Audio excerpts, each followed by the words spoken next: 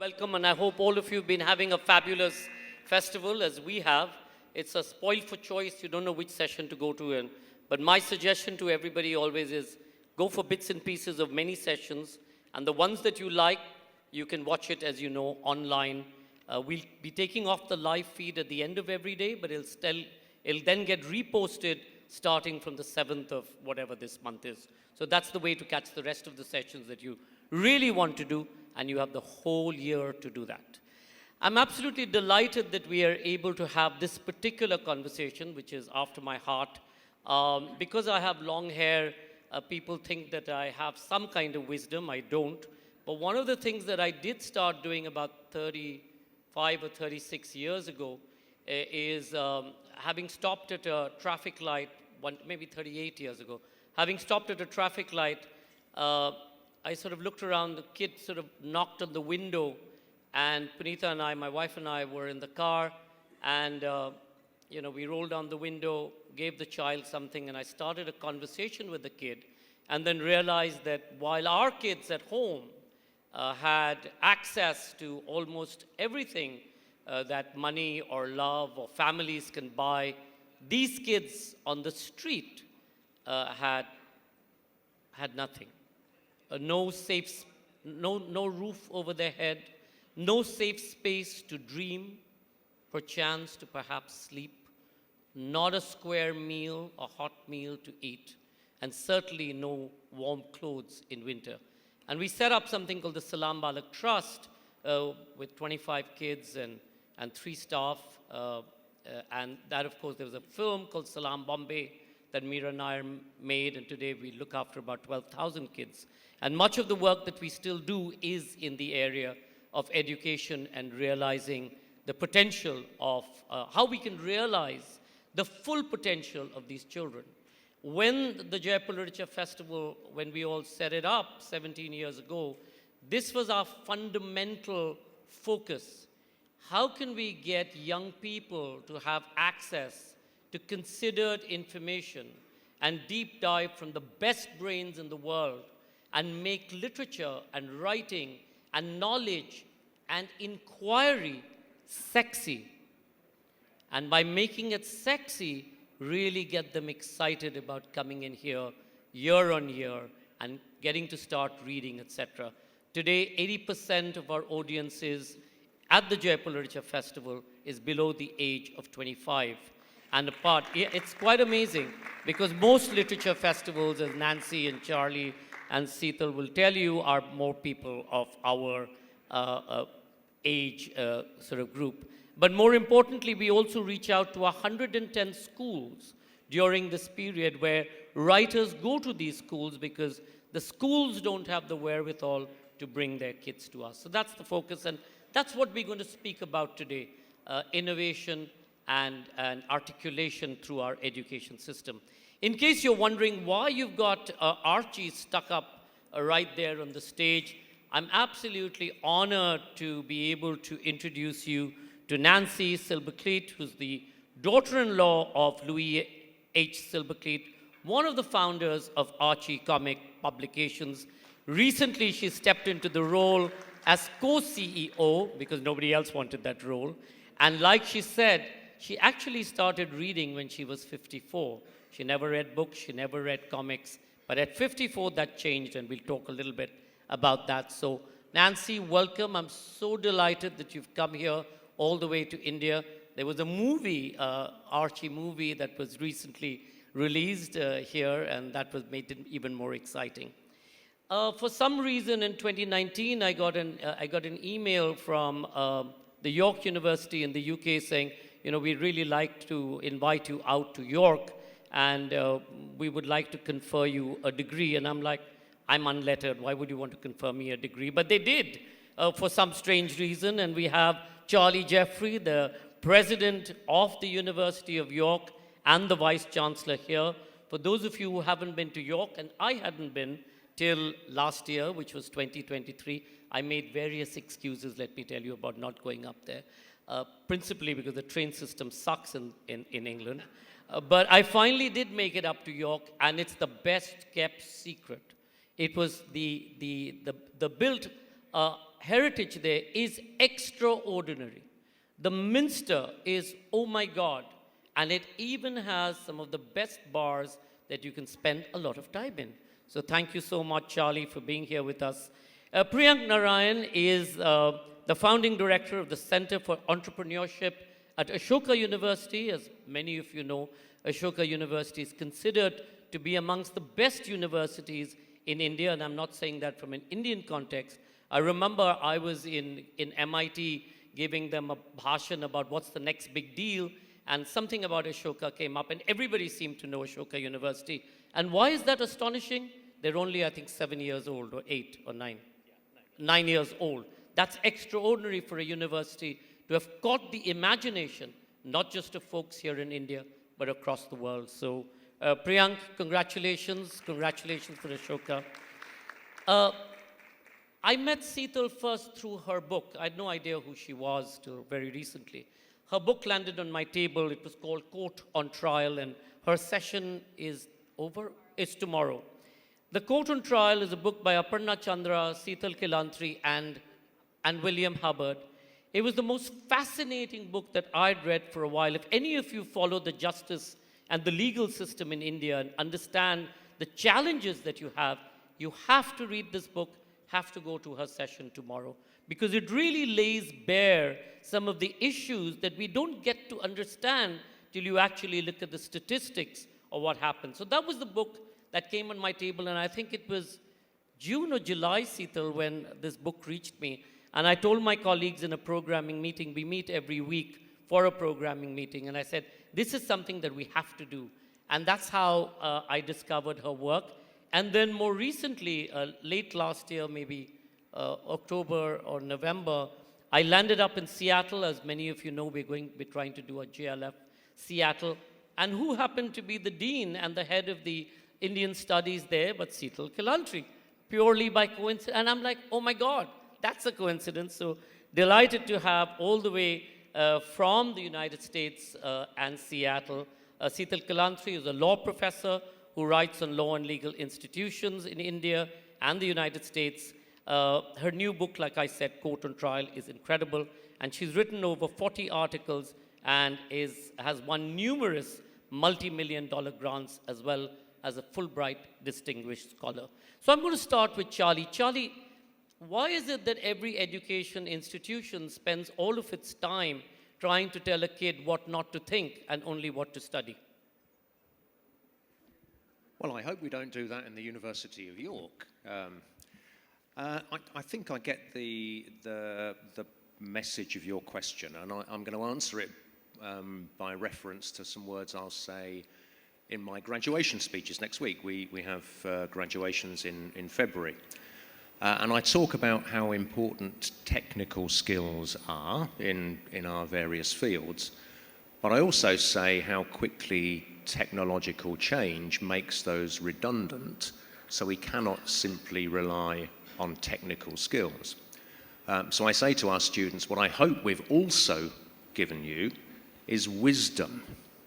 Now, wisdom understood as the ability to think outside of an academic discipline, to engage with others working in different disciplines, to be open to working with others from different places, different cultures, different nations, from which you can learn the different perspectives which can help you solve the problems that might be facing you. And we try to anchor and institutionalize that in our teaching in all sorts of ways. But let me give you one example. We have something called the Sustainability Clinic, which is actually an academic course. It's an academic course available to anybody in the university, whatever discipline they're taking. It's for credit, so it counts to degrees.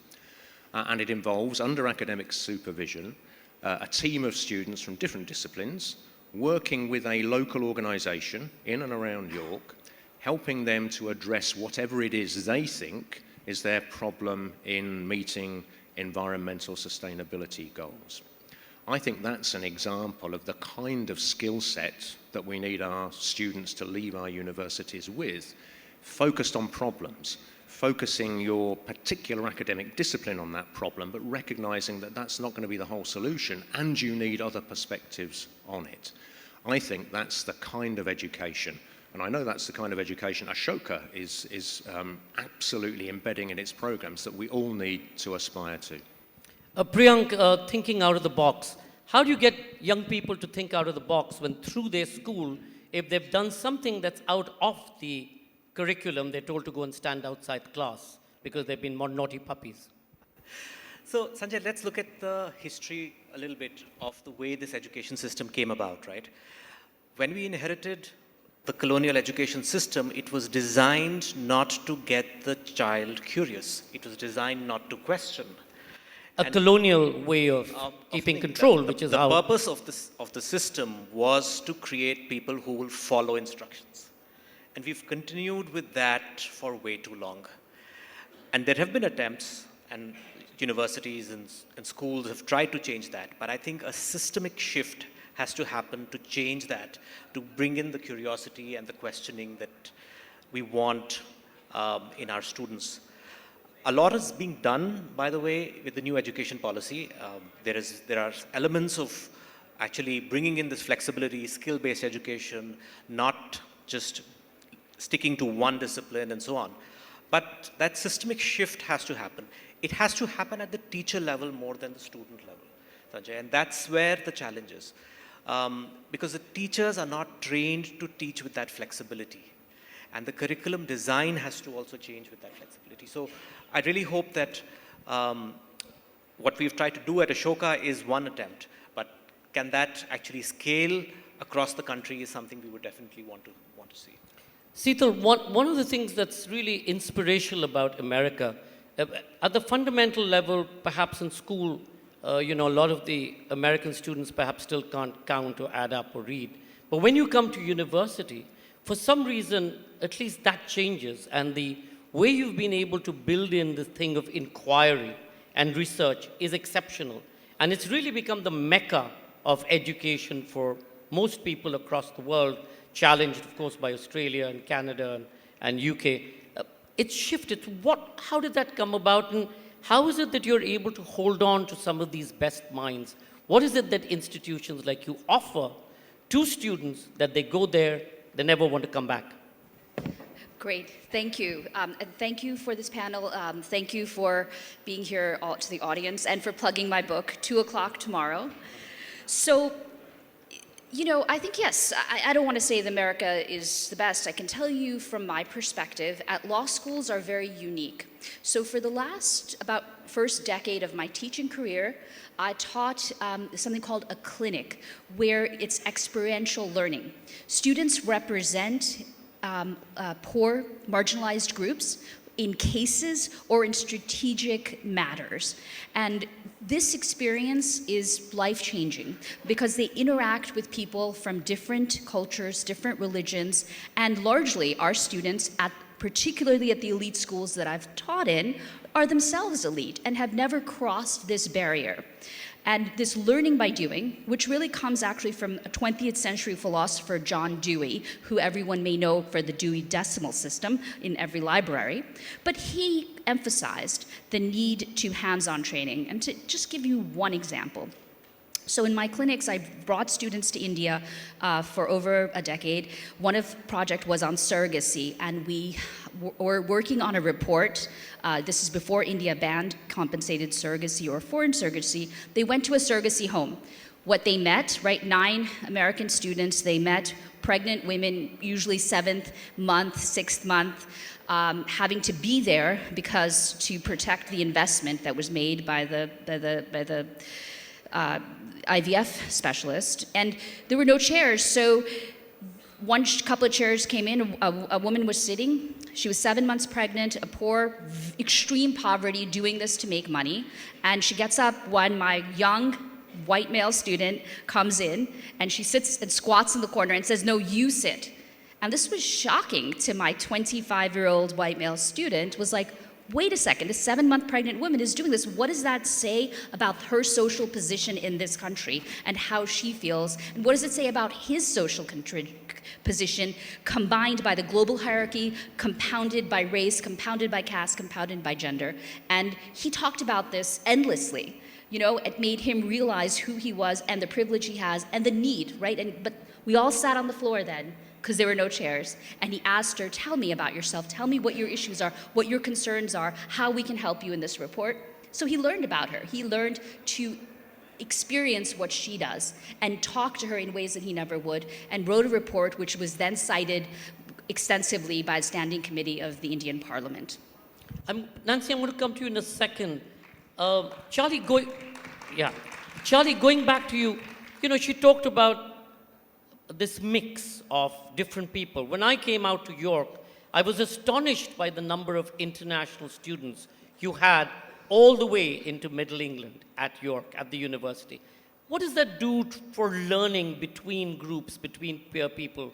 Does it sort of lead to more disengagement or more barriers, or does it lead to more understanding of each other? You had a huge number of Chinese students at a time where obviously China is a bad word in most parts of the world, but you embraced them. And I think there's an in-principle point there about the value of engaging beyond your own culture. And that's one of the main reasons I'm here in India. I've come, obviously, for the festival, but also for some other things. He was in Orissa a few days ago. Yeah, in building relationships and partnerships with other Indian universities. And there's a really, really fundamental reason for that. And that is because India is going to have now, and for the next few decades, a really big proportion of the world's young people. And that's a big proportion of the world's future vitality. And I think it would be a dereliction for me not to want to engage with that and to engage our students in the UK with that, whether here or in the UK. So there's a really fundamental point there about the benefit that we can get for all of us from engaging across cultures. That requires a sense of humility. You know, we don't have all the answers, but we can find the answers we need better when we work with others. There's a practical question that you asked, which is how you best support a really diverse community in a university setting. Now, I think we have an advantage in York, which perhaps not all universities do, because we're a campus university like Ashoka, in which we can take a lead in providing services to our students, services of different kinds for different kinds of student. That can be language, it can be study skills, it can be simply offering people the chance to profess their own culture in an environment where others can appreciate it. We have to work really, really hard at that. 23% of our students are from beyond the UK. We have to make them feel a full part of our community. Making you feel part of a community. Nancy, Archie comics. All of you have read Archie comics, or is it a different sort of generation? Or one person raised their hand? Okay, most people know Archie comics. Why comics? I mean, why is it that comics has always been so easy to access? And the second part of that question is a more difficult question, did the Archie comic actually promote in many ways cultural differences? And was it a barrier for religion as well as color? Well, that's many questions I'll have to say. What did you say? But I first must say, Zam, wham, wow, Jaipur. This is my second time in the great city of Jaipur, and India is such a huge part of Archie comics. So now what was the question? But you asked comic books. Comic books, creativity, why is it so exciting for young kids to be able to access it as their first point of reading? Well, engagement to learning is key, and I will emphasize that word again, engagement. And comic books, they are not like regular books, but every type of literature must be explored. And comic books compel different languages. It has the minimal text and then the rich graphics. The graphics are a language, and that is what attracts people to turn those pages. And I did not see 100% hands up. Don't be afraid to say you are still reading comic books. We have readers from 7 up to 80 or even older still subscribing. But graphic literacy is a language, and those thick, inky black lines and the vibrant colors and the action of the figures and the expressions on the face all spark the reader for critical thinking. And that is serious reading, because we want our young students who are graduating schools to be able to solve the problems we have today. They have to tap into that critical thinking that the mind is, always exercising. And you get so much of that with comic books. So if we have teachers here, bring comic books into your classroom, because it's like a bowl full of candy. And you said something earlier, no safe place to dream. You saw these students, not students, just young souls, and not having access to books. Books, all types of books, give you that opportunity. But when you're seeing graphic literacy, you really get to dream high, because you could show one of our stories to, 10 different people, and they will all interpret the graphics differently. But remember, it's critical thinking that's going on up there, and taking the opinions that they see and internalizing them, and that feels good. So that is part of, just a small part of what attracts young people to comic books. One of the great experiments that hopefully is going to be launched is something called comics in India. I don't know whether Nina and Payal are somewhere in the audience, but amazing. I don't know, Nancy, whether you saw what they were doing. Comics, that online program that I introduced you to, Nina, on email. Yeah, amazing. But going back to Archie's, did it promote class? Veronica, Reggie of a particularly different class. And what about its action when it came to color, especially color and the problem in America? Especially in America, color. You had very few African Americans, for example. You have not read our comic books. We've become very diverse. We have many, Archie Comics was started in 1941 by two families, and my husband and the other side's son brought it into second generation. And you said, I just became CEO a short time. It's been 15 years. And that's how long, when you're in a family business, it takes for you to go gray. 15 years. Because you can check out pictures of me. But, I brought it into second generation with my partner, John Goldwater, and we have many new characters because we want to reflect society. We want to reflect who is in our schools today. So we have all types of characters, many new characters that show different skin colors. And I also commissioned a new character that's autistic. And she's from the Philippines and her father's from Ireland. So we have, that cross. And now with the big Archie movie in India, do you have a fancy Indian character in the Archie comics? The movie is spectacular. I have seen it 6 times. And what that movie has done, it has heightened people's desire to visit India, because a lot of the film was shot in Ooty. I want to go to Ooty. And I was saying, oh my gosh, how far are we from it? But I think every time I watch the film, I get so much more out of it. And it's just fabulous, and it's all from your director and the actors that live here that gave Archie another dimension. Thank you. Priyank, again, comics creativity. How does that contribute in terms of education? You run the Innovation Center. I keep saying that much of what we do here is about the intersection of the arts, knowledge, and innovation. Why is that so important, and how do you sort of further that in today's day and age? So the sense of creativity and innovation is a skill, a thought process, and a mindset that we need to inculcate in every student today for a very fundamental reason, which is we are really creating or teaching students for jobs that don't yet exist. We have no idea what they're going to be doing. I won't even say 20, 30 years from now, 5 years from now, 3 years from now.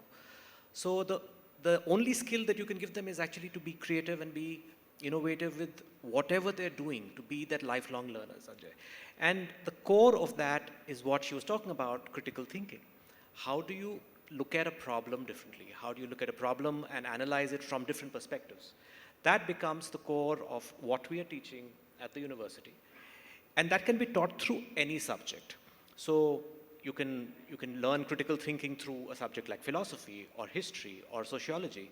And the whole premise of liberal arts education is to create intersections. There is a philosophy which says there is no new knowledge, everything is a rearrangement of what exists.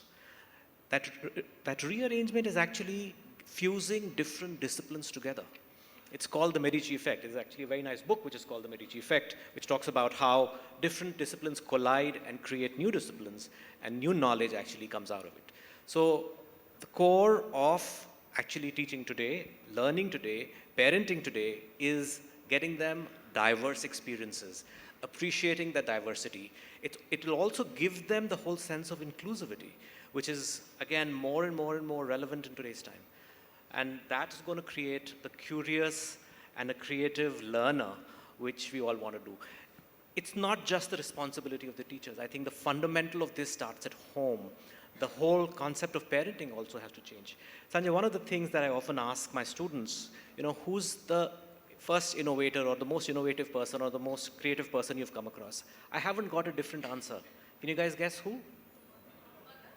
Fantastic, look at this, right? Who's the creator? Who's the entrepreneur at home? Your first entrepreneurship starts at home, right? Entrepreneurship is all about problem solving.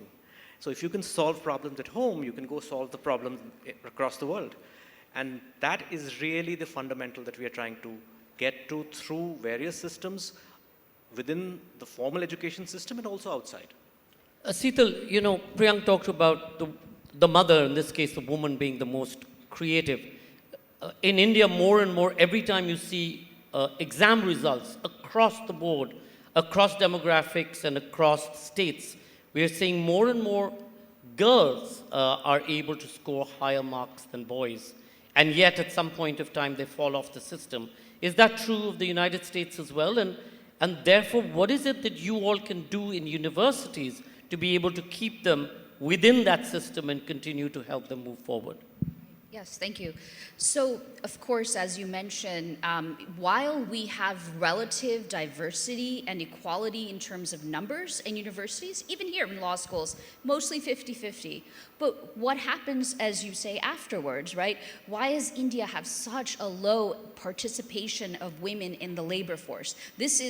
I've been to so many panels here today about India and economic growth, but this hasn't been highlighted. If you want economic growth, get women into the workforce and figure that out. This is not a panel for me to talk about that. So in the United States, I tell my students, I show them the charts, and I say, look, there's not a pipeline problem here anymore. The pipeline problem doesn't exist, but in the legal profession, in the last 25 years, we've seen the increase in number of judges to 35%, increase in the number of professors to 35%, although, to be honest, my first-year students, I'm the only woman they see all day and all night, and I'm only the person of color they see all day and all night. So how can they be inspired, right? But I'm the one talking to them about it and telling them, yet, partners at law firms, equity partners has been steady at 25% over the last 25 years. So it hasn't increased or changed in the profession as much as we'd like. And certainly, my other topic of tomorrow is why it hasn't also changed in the legal profession in India. But in the US, it's really, I don't think it's a university's problem. The only thing we can tell our students, I tell them, look, I mentor them. This is what you need to do to survive in the workplace. You have to, these are bad tips, but these are sad tips that I have to give them. You have to make sure you tell them, that all that matters is career. don't have a child until later, in these professional settings, and get mentors, get male mentors, not just female mentors.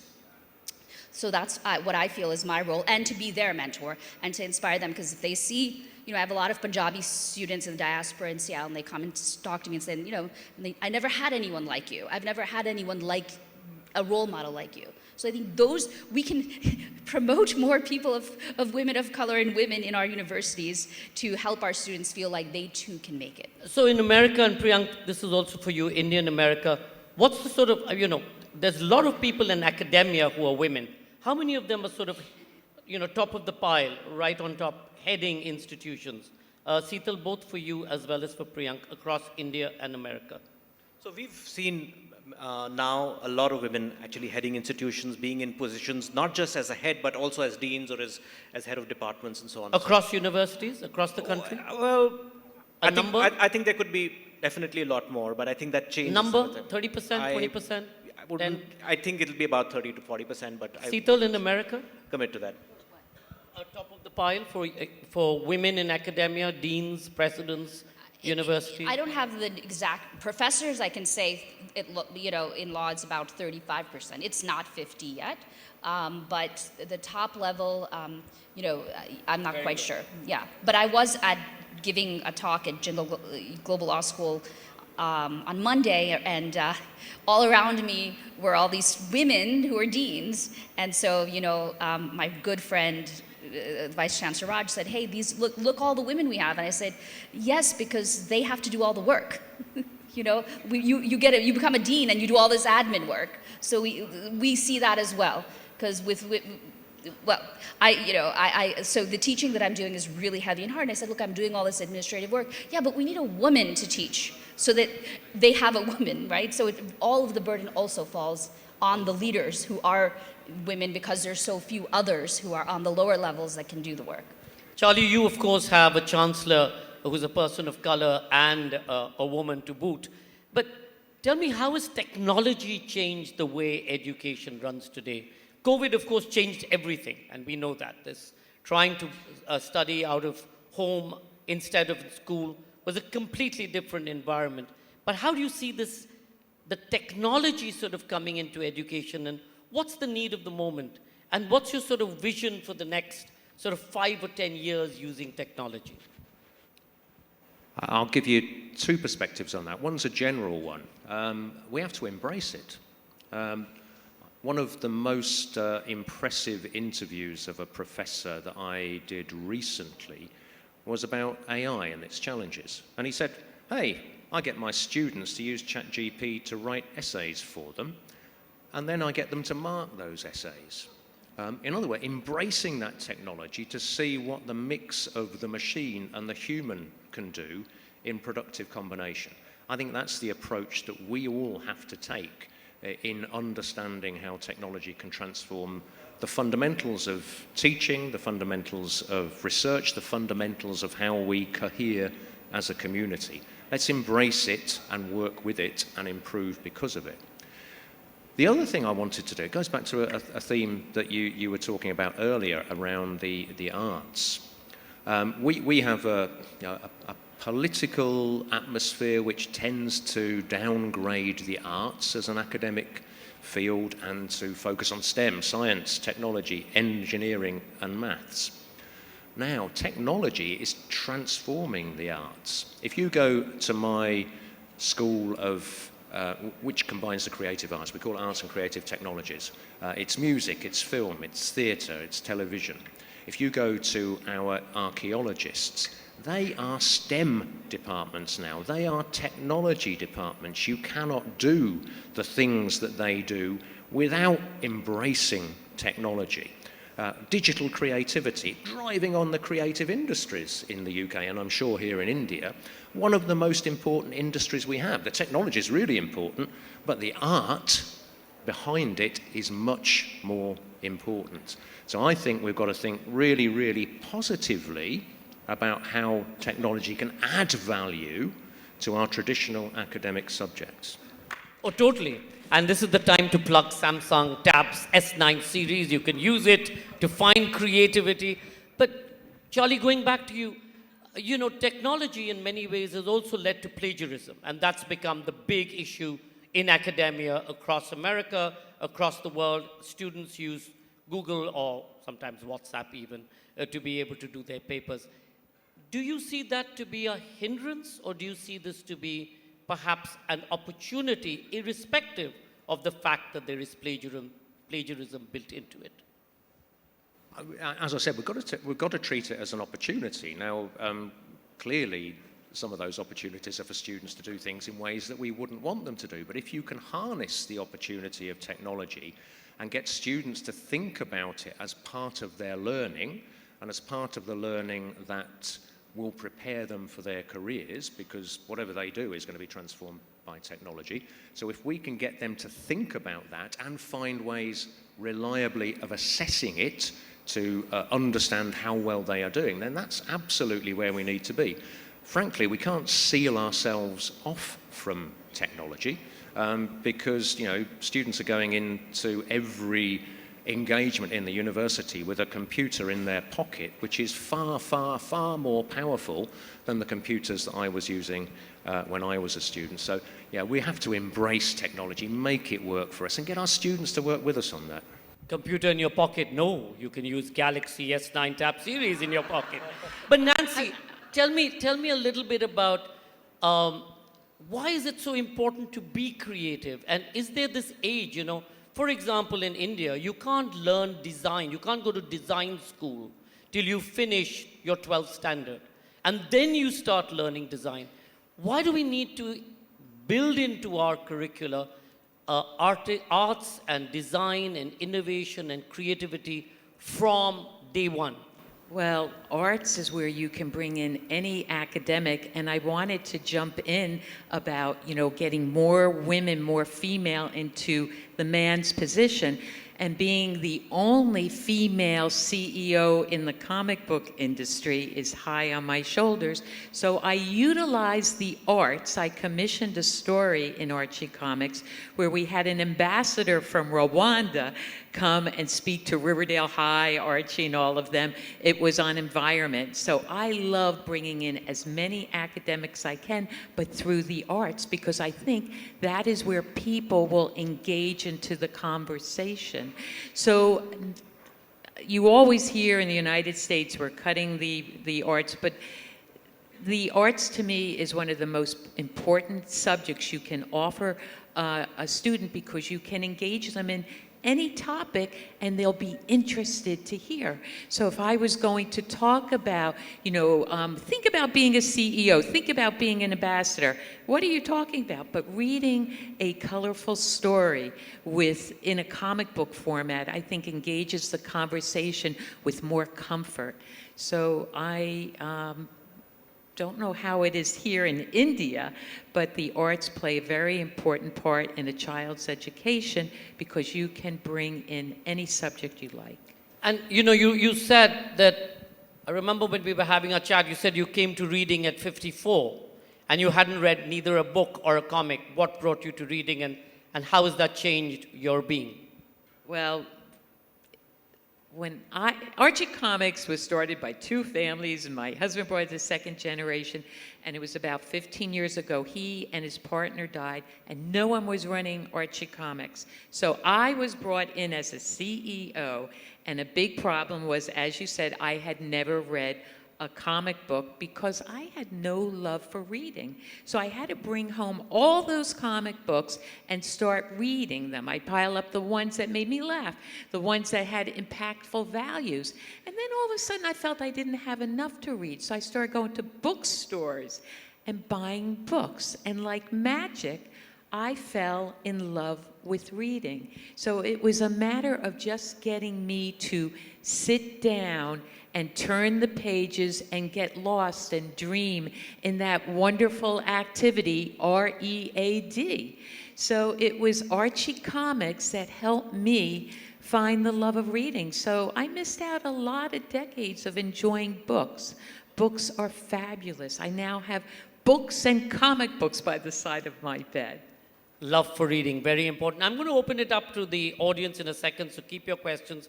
But I'm going to ask Priyank to sort of, in some way, You know, Priyank, one of the things is we've seen that you have all of these thousands, tens of thousands of schools and educational institutions across India.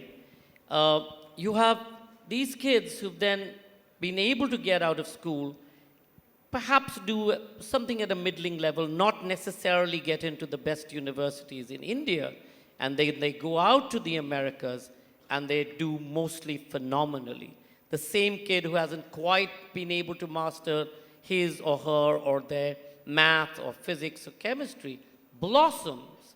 And in places like Seattle, whether it's at Boeing or at Microsoft or at Amazon, they completely populate these wonderful spaces. Why? What is it that we have failed at? What is it that they know that we haven't been able to do? I think it's to do with, Sanjay, the way we've been teaching them, right? I think that we've boxed them in a lot How of many ways. teachers in this audience? Any lots of Okay, them. Yes, yeah. There are a lot of constraints of the system, one. So let's not brush that away. There is a curriculum, there is a board, there is a syllabus and a timeline that every teacher needs to follow. And we are very, very strict about that, right, at the school level. Number two is also, it's very numbers driven. It's really about the grade, and that's the only thing that we are driving home. So if you're not getting into that 99% range, Percentile. you're not sort of making it. And on top of that, we blame the teacher also, saying that, why is the teacher not being able to do this? So I think there are a lot of systemic challenges that are happening at this level where we're not letting them think. Moment they go abroad, they get a chance to think and they see a much larger canvas. They do well because some of the core fundamentals are also very, very strongly driven. For example, they've become very good numerically. They've learned to read. They've followed a certain discipline.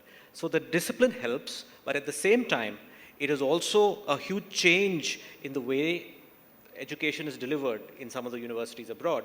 And that change works for some people, and there are also cases, Sanjay, where it doesn't work, so we are not necessarily happy about it.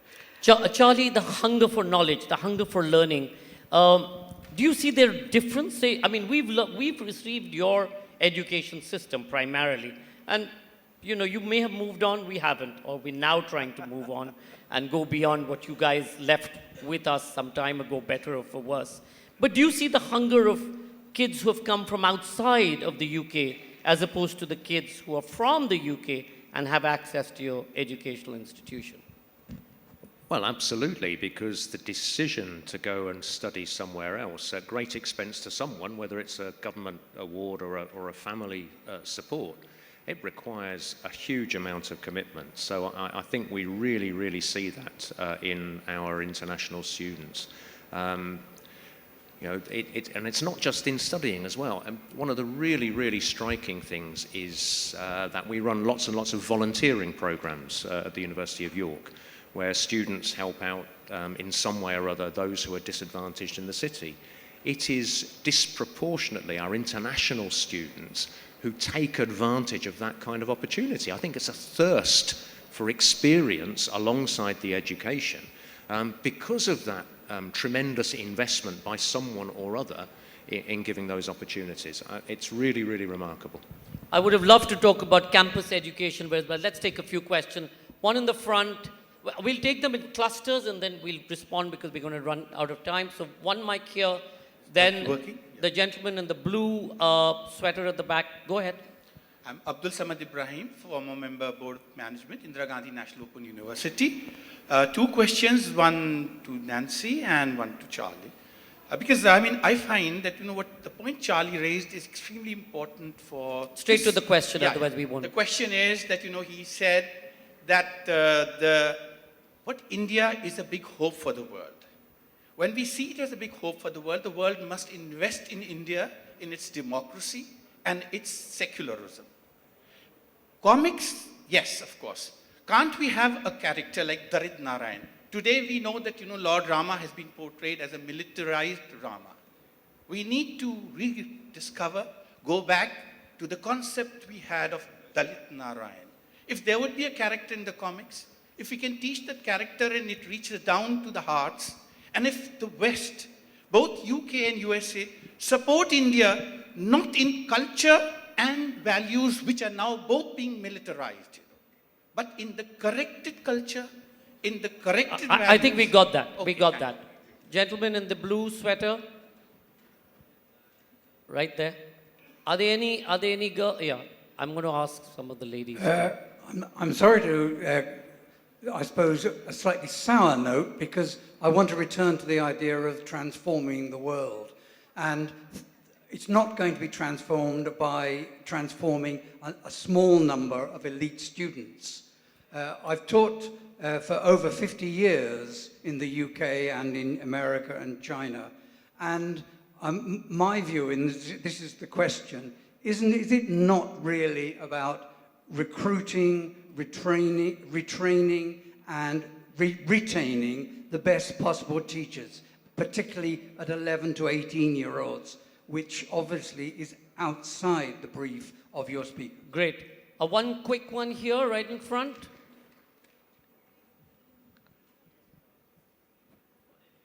Short question. So how do we as educators and researchers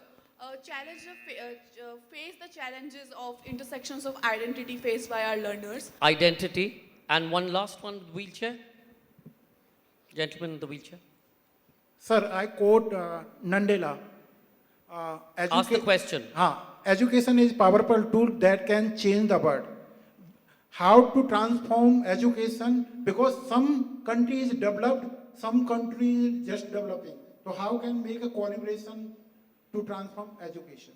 So if you want to talk about transforming education, Charlie, Nancy, you've already got your questions. If you want to take the larger question of, how do you retain teachers, good teachers?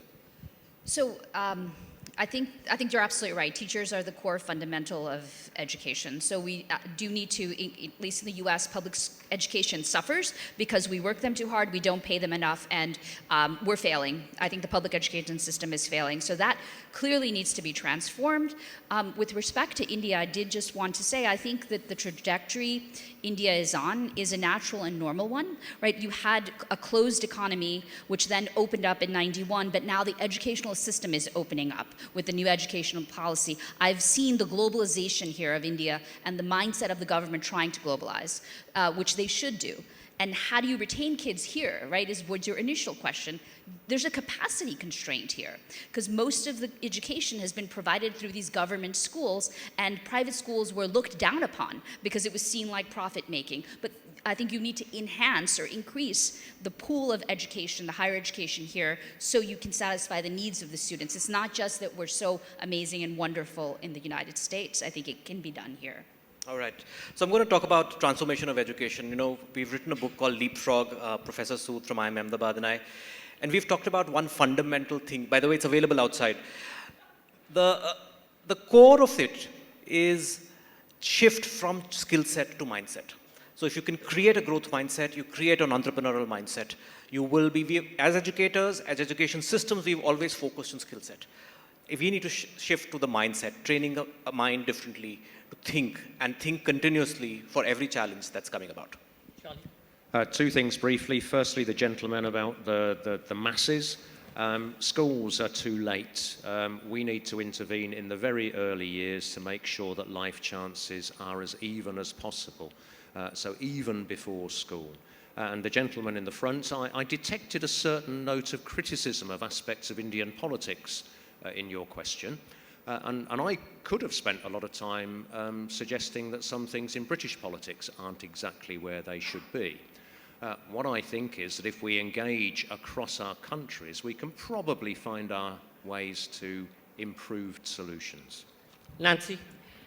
The arts are very important in a child's education, and that's where my first comment was engagement. We need to engage the minds, and I strongly believe it's through all of the arts that you can tap into the interest of a child's mind to go on and learn and be interested and wanting to excel and dream. Dream as high as you like. Engage the minds, allow people to dream, and further that, thank you. We could have continued this forever. Thank you so much, Seetal Kalantri, Priyank, Charlie Jeffries, Nancy, thank you for this brilliant conversation. Subscribe to One India channel and never miss an update.